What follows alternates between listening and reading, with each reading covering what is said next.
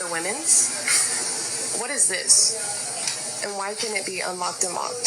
Is someone in there? I don't know, because I've knocked and I don't know. That there is a remote. Look at the comments.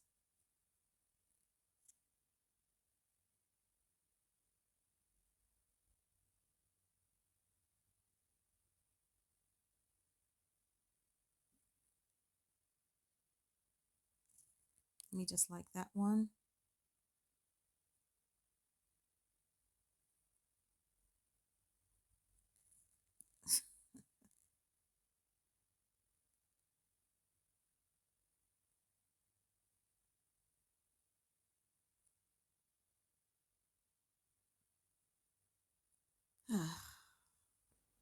So I am thoroughly irritated by this video. I've seen this video and I've seen another video where a creator is speaking proudly about going into her hotel room and then taking pictures or recording video of the hotel room, because this is a way to help law enforcement know where human traffickers are hiding victims. And this is pretty pathetic, because this, yet again, is another one of the moral panic crazes that come up. They pop up every couple of years, where no matter what information is given out there to the general public, you are all still of the belief that there's a boogeyman that is going to snatch you up and put you in some hotel room, trap you in the bathroom, and somehow smuggle you across the country. If we are living in the era of the Epstein files, and if knowing what you know about the Epstein files and what you know about the entertainment industry, what you know about reality television, what we should know about other labor markets and how trafficking happens through deception, if that is not going to teach you anything, people, I don't think anything will. And quite frankly, right now, as I'm recording off the riff, I'm thinking like I'm actually wasting my breath, because every so often I have to come on one of these apps and make a post some way, some shape, some form, to tell y'all to stop spreading moral panic. Y'all will believe everything but the goddamn truth. Y'all will believe stranger danger. Y'all are believing dramatic rescue narratives. Y'all like the secret codes and symbols. Y'all are watching these fucking movies. And no matter how much research that the spicy workers have done, no matter how much research black feminists have done, y'all are still falling for the okie doke. And this is exhausting. And this is why, because all of these videos that I've seen are all from white people, some way, somehow. And this is why intersectional feminism is important. And this is why in your intersectional feminism, if you are not talking to black spicy workers specifically, if you're not listening to those lived experiences, if you are not reading that research, if you are not paying attention to our causes, the black ones specifically, you're failing. What are you even doing? Because you're playing games right now.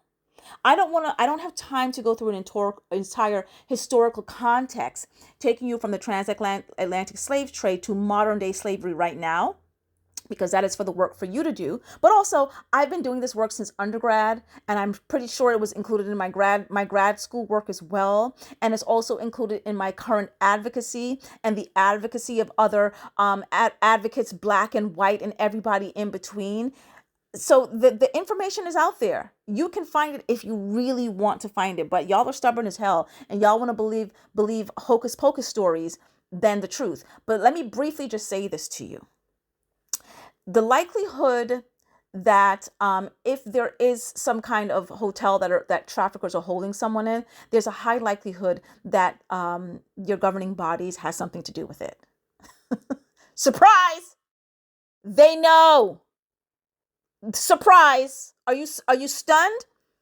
Because what happens is, as you can tell from the Epstein files, you see who's currently in office. is that those are the people that are running things. Those are the people that have the money and the access to be able to do what they want, and they're going to do it right in front of your faces. And not only they're going to do it right in front of your faces, but a lot of you are going to hand yourselves over or even hand over your own people into these situations because somehow you still want to chase something shiny. You want to chase promises. You don't understand the narratives that are happening across the globe in these other countries and how people are suffering. Somehow you want to think that you can gain access to something better if you do this, if you go there. And that isn't necessarily your fault because structural oppression does that to you. Structural oppression makes you want to chase these dreams. But I'm here to remind you that a lot of what you see in mainstream entertainment is not real. So when you're chasing a modeling career, when you're chasing to become the next great entertainer, when you're chasing to be the next great this, and that, and become the next millionaire, billionaire, there's a lot that's at stake. There's a lot that you have to give up to get there. Do you understand? So a lot of you are voluntarily going to walk into danger, or you're going to put somebody else into the danger. Okay? But a lot of times when you're walking into those scenarios, the governing bodies know they have something to do with it. They always have had historically something to do with it. Those freaking trafficking rescue missions, they never actually help anybody. Surprise. If they even find anyone, if there is even anyone to rescue, which the numbers are chronically low all the time, depending on which country and context you're talking about, they normally do not do anything to better the lives of those people. They put them in even in more poverty-stricken, desperate situations. Okay? There is no big bad boogeyman that's going to lock you up in a bathroom and take you. There's no need because the government and all of these government funded, corporately backed structures are going to sell dreams to vulnerable populations, whether they be young girls, young children, black people, black women, whatever. They're going to sell them dreams and they're going to bring them into situations that are detrimental, dangerous to them. I recently have been seeing online about a black African man talking about how he was told that he was going to go get a job. And next thing you know, he's fighting for the Russian army. You understand?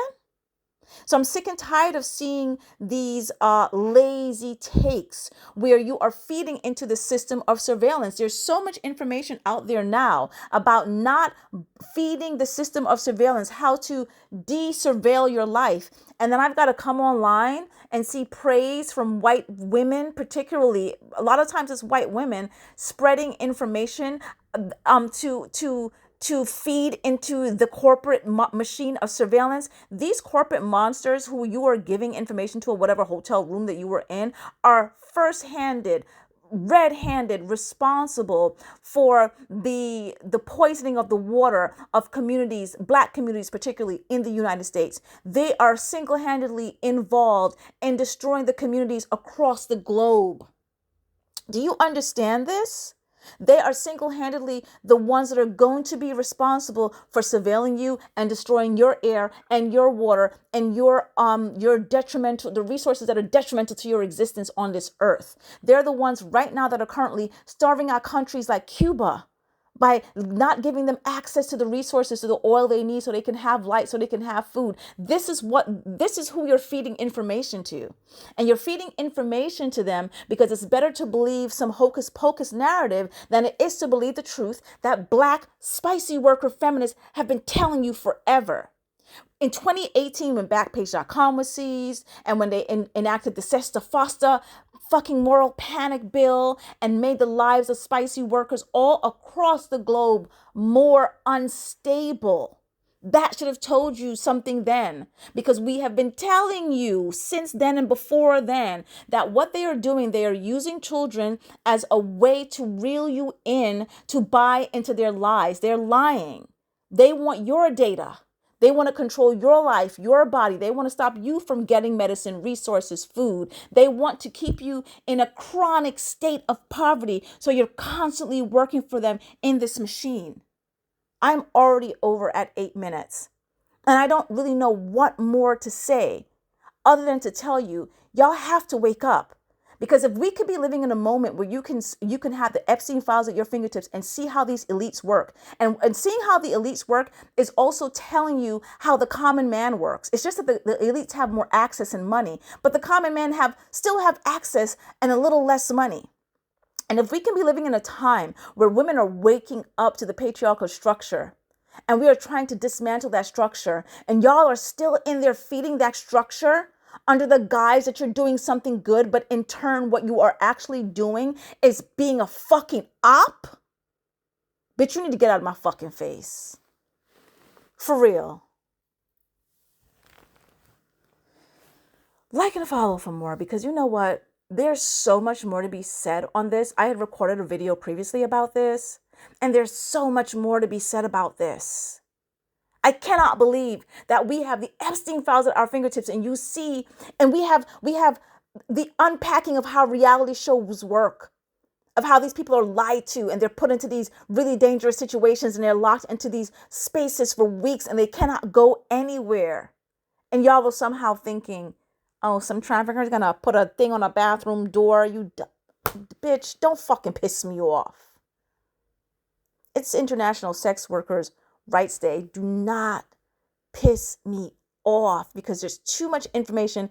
The community has been doing too much work for decades and decades and decades for you all to be making the same old mistakes. You've learned nothing. Nothing. We're living in an age of information. We're living in an age now where so many things are being unpacked. And here we are, still lacking the intersectionality that is necessary for us to move forward. If you think you are going to defeat the system that is the patriarchy, you're going to defeat the capitalistic machine, if you think that you're going to be anti-imperialism and not have intersectional feminism that centers and puts at the very top the experiences and the expertise of Black, particularly spicy workers, baby, you have nothing. You have nothing. Your feminism is, your work is going to fail. It's going to fall flat, and you're going to continue to be a op. You're going to be a op, because when you're sitting out there spreading this narrative about the bathroom and spreading this narrative about using an app to take pictures of a hotel room, you a fucking op. Don't piss me off. All right? You's a fucking op. Wake the fuck up, yo. Like, are you serious right now? Every 2 years, y'all come up with some new bullshit. Oh my God, they're putting tissue on, putting some drugs on a tissue, and it knocked me out in 3 seconds. This is not a James Bond movie, bitch. Every few years, 50,000 sex workers are going to be coming into the country for the Super Bowl. Where? How are they doing it? Because are they coming in by the boats? Because if they're coming in on a motherfucking boat, babe, are the boats making it? How many Boeing 727 or whatever how many fucking big ass planes is gonna have to come? You mean to tell me nobody's noticing? Every fucking 2 years, a new narrative is created, and every time y'all buy into it like sheep. I'm disgusted. For real. Pull yourselves together. Because at the end of the day, the communities that are really going to be affected by this are the spicy workers. We are always the ones to feel it, because y'all don't understand. Y'all seemingly understand how things work, but then you fall into the same trap and continues to make. It's like an endless Groundhog Day loop every time.